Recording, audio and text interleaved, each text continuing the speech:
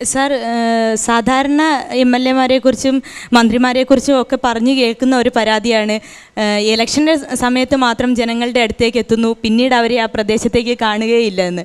Sir മത്സരിച്ചത് വ്യത്യസ്തമായ 4 മണ്ഡലങ്ങളിലാണ്. ഒരേ മണ്ഡലത്തിൽ മത്സരിക്കാതെ 4 മണ്ഡലങ്ങളിലാണ് വേറെ വേറെ മത്സരിച്ചത്.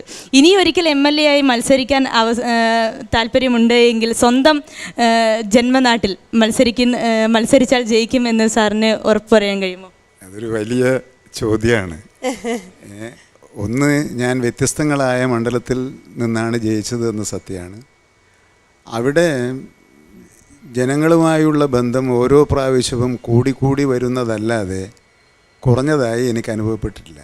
പിന്നെ സ്വന്തം ജന്മദേശത്ത് മത്സരിക്കുമോ എന്ന ചോദ്യത്തിന് ഒറ്റ വാക്കിൽ എനിക്ക് ഉത്തരം പറയാൻ കഴിയില്ല. കാരണം ജയിക്കുന്ന മണ്ഡലങ്ങളും ജയിക്കാത്ത മണ്ഡലങ്ങളും ഉണ്ട്. അത് MLA-യുടെ മാത്രം കഴിവുകേടുമല്ല. നമ്മുടെ രാഷ്ട്രീയ ശക്തി ബലത്തിൻ്റെ അടിസ്ഥാനത്തിൽ എൻ്റെ വീട് നിൽക്കുന്ന സ്ഥലം എൻ്റെ മുന്നണിക്ക് ജയിക്കാൻ കഴിയുന്ന ഒരു മണ്ഡലമല്ല. അതുകൊണ്ട് എൻ്റെ ഭാഗ്യം കൊണ്ടായിരിക്കാം എല്ലാ കാലത്തും ജയിക്കുന്ന മണ്ഡലത്തിലാണ് എൻ്റെ പാർട്ടിയും എൻ്റെ മുന്നണിയും എന്നെ മത്സരിപ്പിക്കാറ്. അത് അവർ കാണിക്കുന്ന ഒരു പ്രത്യേക പരിഗണനയോ എന്തോ ആയിരിക്കാം. അതുകൊണ്ട് ഇനിയും മത്സരിക്കുമോ, എവിടെയാണ് മത്സരിക്കുക എന്നത് ഒരു കാരണവശാലും പറയാൻ സാധിക്കുകയില്ല. പിന്നെ ജന്മനാട്ടിൽ എന്തെങ്കിലും ചെയ്യണമെങ്കിൽ MLA അവിടെ ഒന്നും ഇല്ല അല്ലേ? തീർച്ചയായിട്ടും ജന്മനാട്ടിൽ ചെയ്യുന്നതിന് വേണ്ടി MLA എന്നൊരു പദവി ഇല്ലാതെ തന്നെ അവിടുത്തെ പൊതുപ്രവർത്തനവും പൊതുജീവിതവുമായി ബന്ധപ്പെട്ടുകൊണ്ട് ധാരാളം കാര്യങ്ങൾ ഏതു പൗരനും എന്ന പോലെ എനിക്കും ചെയ്യാൻ കഴിയും. Thank you sir. അധ്യാപകന്മാർ തന്നെ വായിക്കുന്നില്ല എന്നൊരു ചർച്ചയാണ് ഞാൻ ഈ പദ്ധതിയുമായി ബന്ധപ്പെട്ട് അധ്യാപകന്മാരുടെയും PTA പ്രസിഡന്റുമാരുടെയും യോഗം ചേർന്നപ്പോൾ ഉയർന്നു വന്നിട്ടുള്ളത്. 5ാം ക്ലാസ് വരെ അൺഎയ്ഡഡ് പഠിപ്പിച്ചിട്ട് ഗവൺമെൻറ് സ്കൂളിലേക്ക് വിടാൻ വേണ്ടിയിട്ട് അവരെന്ത് ഇംഗ്ലീഷ് മീഡിയത്തിലേക്ക് കൊണ്ട് ചേർത്തുന്ന ഒരു പതിവാണുള്ളത്. നമ്മുടെ ഭാഷയെ നിരാകരിക്കുകയും അതേസമയം ഭാഷ വേണമെന്ന് പറയുകയും ചെയ്യുന്ന ഒരു കാപട്യം മലയാളി കാണിക്കുന്നുണ്ട്.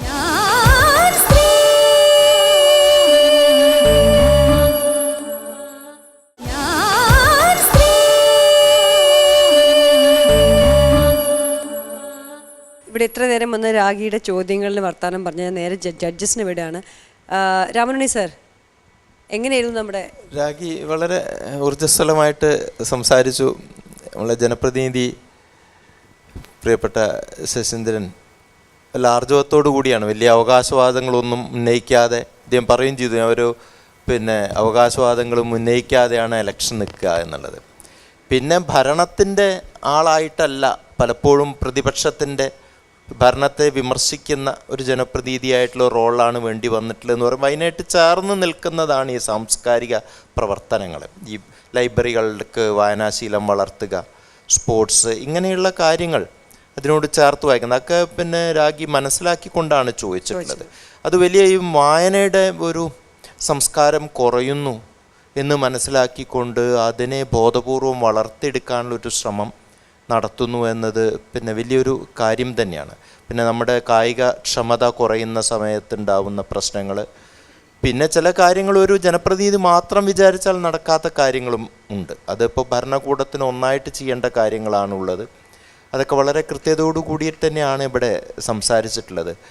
പിന്നെ മാതൃഭാഷയുടെ കാര്യത്തിലും കെ ശശീന്ദ്രൻ നമ്മളെ മാതൃഭാഷ സമരങ്ങളുടെയൊക്കെ ഞങ്ങളുടെ കൂടെ തന്നെയാണ് എന്നുള്ളൊരു പൂർണ്ണ വിശ്വാസത്തിലാണ് അദ്ദേഹം ഇവിടെ ഞങ്ങളിരിക്കുന്നവരെ. മാതൃഭാഷ ഇപ്പം നമുക്ക് മലയാള സർവകലാശാല കിട്ടി, ശ്രേഷ്ഠ ഭാഷാ പദവി കിട്ടി. പക്ഷെ അത് മാത്രം പോരാ, നമുക്ക് ക്ലാസിക്കൽ പദവി കിട്ടിയാൽ മാത്രം പോരാ, ക്ലാസ്സിൽ പഠിപ്പിക്കണം മലയാളം. അതാണ് ആദ്യം വേണ്ടത്. അതിൽ നമുക്ക് പല പ്രശ്നങ്ങളുമുണ്ട്. അത് കേരളത്തിന് അപമാനകരമായിട്ടുള്ളൊരു കാര്യവും കൂടി ആണ്, മലയാളത്തിനെ നമ്മൾ വേണ്ട സ്ഥാനത്ത് പ്രതിഷ്ഠിക്കാത്തത്. ഒന്നിടപെട്ടോട്ടെ.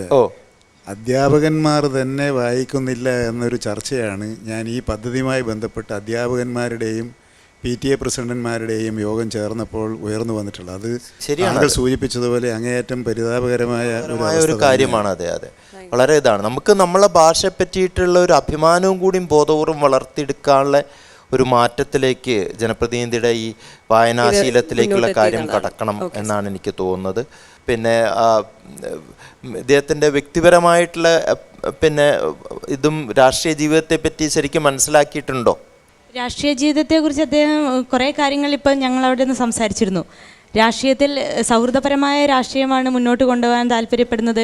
ഏത് മണ്ഡലത്തിൽ നിൽക്കുമ്പോഴും അവിടെയുള്ള എല്ലാവരുമായും തന്നെ സാർ പറഞ്ഞ പോലെ തന്നെ ഏത് മണ്ഡലത്തിലും ജനങ്ങളിലേക്ക് ഇറങ്ങിച്ചെന്നുകൊണ്ട് പ്രവർത്തിക്കുക എന്നുള്ളത് തന്നെയാണ് അദ്ദേഹം ഇഷ്ടപ്പെടുന്ന ഒരു കാര്യം. രണ്ടുപേർക്കും അഭിനന്ദനങ്ങൾ. Thank you sir. Sudheera madam. Ragi തിരഞ്ഞെടുത്ത നല്ലൊരു ജനപ്രതിനിധിയാണ്.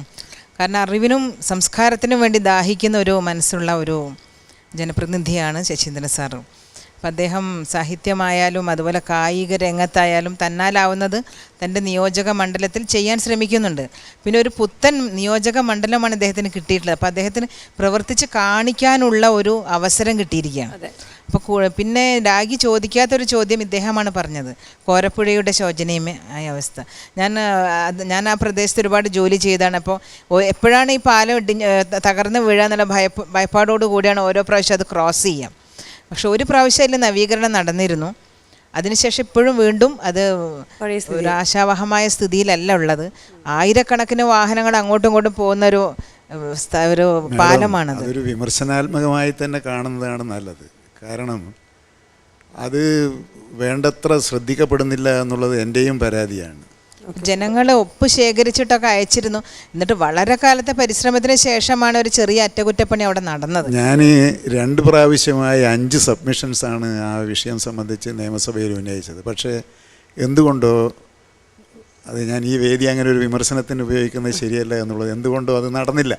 ഒരു കാര്യം പറയാവുന്നതാണ്. അപ്പം നമ്മൾ പ്രാദേശികവാദം എന്ന് വിചാരിക്കരുത്. ഇത് മലബാറിൽ മാത്രമാണെങ്കിലേ ഇങ്ങനെ ഈ അവഗണന നടക്കൂ. സത്യമായിട്ടും ഇങ്ങനെ ഒരു പാലം എനിക്കങ്ങനെ യോജിക്കാൻ പാടുണ്ടെങ്കിൽ ഞാൻ യോജിക്കും. അത് ഇപ്പം നമ്മൾ ചില കാര്യങ്ങൾ പ്രാദേശികവാദം എന്ന് പറഞ്ഞിട്ട് നമുക്ക് ചില സത്യങ്ങൾ കാണാതിരിക്കാൻ പറ്റില്ല. പിന്നെ അങ്ങനെ പാടില്ലാത്തതല്ല, നമ്മൾ ജനങ്ങളെ ബാധിക്കുന്ന എല്ലാ പ്രശ്നവും നമ്മൾ ചർച്ച ചെയ്യേണ്ടതാണ്. അപ്പോൾ ഈ ഒരു പ്രശ്നം എന്തുകൊണ്ടാണ് രാഗിയുടെ ശ്രദ്ധയിൽപ്പെടാഞ്ഞെന്നാണ് ഞാൻ ചോദിക്കുന്നത്. അത് ഞങ്ങൾ ചർച്ച ചെയ്ത് വന്നിരുന്നതാണ്. പക്ഷെ അതാണ് ഏറ്റവും ഗുരുതരമായിട്ടുള്ളൊരു പ്രശ്നം. കാരണം ആയിരക്കണക്കിന് ജീവനാണ് അതിന് നമ്മൾ വിലയായിട്ട് കൊടുക്കേണ്ടി വരും. അപ്പോൾ ആ ഒരു കാര്യത്തിൽ ശ്രദ്ധയൂന്നും എന്നാണ് ഞാൻ ഇപ്പോൾ ആശിക്കുന്നത്. Okay madam. Doctor Mallika. Ragi ഒരുപാട് കാര്യങ്ങളൊക്കെ ചോദിച്ചിട്ടുണ്ട്. പക്ഷേ അതിൻ്റെ ഇടയിൽ എന്ത് ചെയ്യുന്നു, കുറച്ച് കാര്യങ്ങൾ ഈ ഭാഷ പ്രയോഗിക്കുമ്പോൾ അത് നീണ്ടു പോകുന്ന കുറച്ച് പ്രശ്നങ്ങളൊക്കെ ഉണ്ടായിട്ടുണ്ട്. പക്ഷേ എന്നാലും ഒരുപാട് കാര്യങ്ങൾ അതിൻ്റെ കൂടെ വന്നു. പക്ഷെ എനിക്കതിനകത്ത് ചൂണ്ടിക്കാണിക്കാനുള്ള വിദ്യാഭ്യാസ മേഖലയെക്കുറിച്ച് ചർച്ച ചെയ്തു. വായനാശീലം കുറഞ്ഞു പോകുന്നു പറഞ്ഞു. ഇപ്പോൾ ഏറ്റവും ക്ലാസിക്കൽ പദവിക്ക് വേണ്ടിയൊക്കെ വാദിക്കുന്ന സമയത്ത് ഒരു ചോദ്യം MLA ചോദിക്കാവുന്നതാണ്. നിങ്ങളുടെ മക്കളുടെ മക്കളോ ബന്ധുക്കളെയോ നിങ്ങൾ ഏത് സ്കൂളിൽ വിടാൻ തയ്യാറാവും എന്ന് പറഞ്ഞ ചോദ്യമോ ഒരു ജനപ്രതിനിധിയോട്, അതുപോലെ തന്നെ ഇവിടുത്തെ പൊതുരംഗത്ത് നിൽക്കുന്ന ആൾക്കാരോട് ചോദിക്കാനുള്ള തൻ്റെ ഇടം ജനതയ്ക്ക് ഉണ്ടെങ്കിൽ സ്വാഭാവികമായിട്ടും നമ്മുടെ വിദ്യാഭ്യാസ സ്ഥാപനങ്ങൾ നന്നാവും. കാരണം നമുക്ക് പലപ്പോഴും എനിക്കറിയാം, പലപ്പോഴും ഭാഷയ്ക്ക് വേണ്ടി ഘോരഘോരം പ്രസംഗിക്കുന്ന പലരുടെയും മക്കൾ കിടക്കുന്നത് ഇൻ്റർനാഷണൽ സ്കൂളാണ്. ഇപ്പം നമ്മൾ ഭാഷ നിർബന്ധപൂർവ്വം പഠിപ്പിക്കാൻ വേണ്ടിയുള്ള ഒരു നിയമം ഉണ്ടാക്കി. അപ്പോൾ അതെന്താണെന്ന് വെച്ച് കഴിഞ്ഞാൽ ഈ പറയുന്ന കുട്ടികൾക്ക് ബ്രസ്റ്റ് ഫീഡിങ് വേണം, മുലപ്പാൽ വേണം. അപ്പോൾ പണ്ടൊക്കെ നമ്മൾ പറഞ്ഞ മുലപ്പാൽ കൊടുക്കണം കുട്ടികൾക്കെന്നായിരുന്നു. ഇപ്പം എന്താ പറഞ്ഞാൽ വെച്ചാൽ ടിൻ ഫുഡ് കൊടുത്ത് വയറ് നിറച്ചതിന് ശേഷം ഒരു തുള്ളി മുലപ്പാൽ നിങ്ങൾ നിർബന്ധപൂർവ്വം കൊടുക്കണമെന്ന് പറയുന്ന രീതിയിലേക്ക് ആ ശ്ലോകം മാറിയിട്ടുണ്ട്. അത് വളരെ ശക്തമായി നമ്മൾ കാണേണ്ടതാണ്. കേരളത്തിൽ മലയാളത്തിന് വലിയ പ്രശ്നമൊന്നുമില്ല. പ്രശ്നമുള്ളത് എവിടെയാണ്? നമ്മുടെ വിദ്യാഭ്യാസ മേഖല 2ആയി തിരിഞ്ഞിട്ടുണ്ട്. ഒന്ന് ഉള്ളവൻ്റെ വിദ്യാഭ്യാസ മേഖലയും ഒന്ന് ഇല്ലാത്തവൻ്റെ വിദ്യാഭ്യാസ മേഖലയും. ഇത് ക്ലാസിക്കൽ പയ്യപ്പ് പറയുന്ന നിർബന്ധപൂർവ്വം മലയാളം പഠിപ്പിക്കാൻ വേണ്ടി തീരുമാനിക്കപ്പെട്ടപ്പോൾ ആ സ്ഥിതിക്ക് വലിയ മാറ്റം അടുത്ത കാലത്ത് ഉണ്ടായിട്ടുണ്ട് എന്ന് നിരീക്ഷിക്കുന്ന ഒരാളാണ് ഞാൻ. സ്വകാര്യ ഇതുപോലത്തുള്ള സ്ഥാപനങ്ങളിൽ പഠിപ്പിക്കുന്ന ട്രെൻഡിന് പകരം ഇപ്പോൾ നമ്മുടെ പൊതുവിദ്യാഭ്യാസ സ്ഥാപനങ്ങളുടെ പ്രവർത്തനം അക്കാഡമിക് നിലവാരത്തിലും ഭൗതിക നിലവാരത്തിലും മെച്ചപ്പെട്ടതിനെ തുടർന്ന് വലിയൊരു മാറ്റം ആ മേഖലയിൽ ഉണ്ട് എന്ന് നിരീക്ഷിക്കുന്ന ഒരാളാണ് ഞാൻ. അതല്ല, അതുണ്ടെന്ന് നമ്മൾ നിരീക്ഷിക്കുന്നത്. എൻ്റെ മക്കൾ ഗവൺമെൻറ് സ്കൂളിലാണ് പഠിക്കുന്നത്, മലയാളം മീഡിയത്തിലാണ് പഠിക്കുന്നത്. ഇപ്പോൾ 10ാം ക്ലാസ് കഴിഞ്ഞു.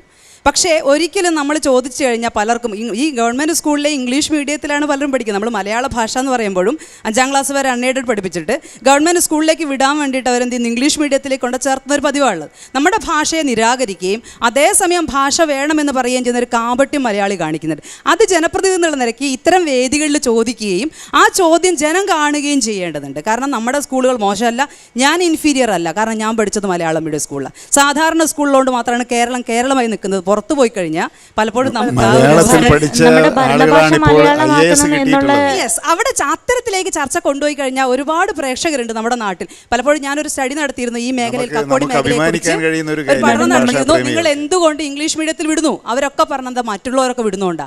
ഒരിക്കലും അത് നല്ലതാണെന്ന് എവിടെയും തെളിഞ്ഞിട്ടല്ല. അത് ജനം അറിയണം, കാരണം ജനത്തിന് അറിയില്ല.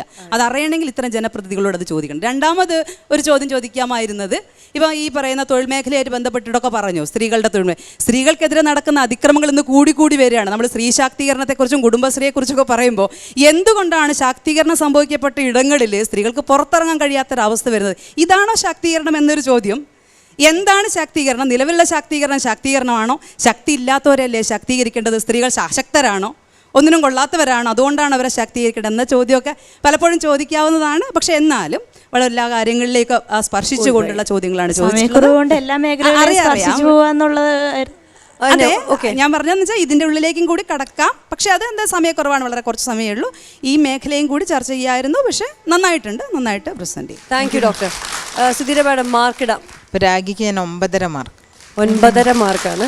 രാമനുണ്ണി സാർ? അത് 10 മാർക്ക് തരുന്നു. ഡോക്ടർ മാലിക?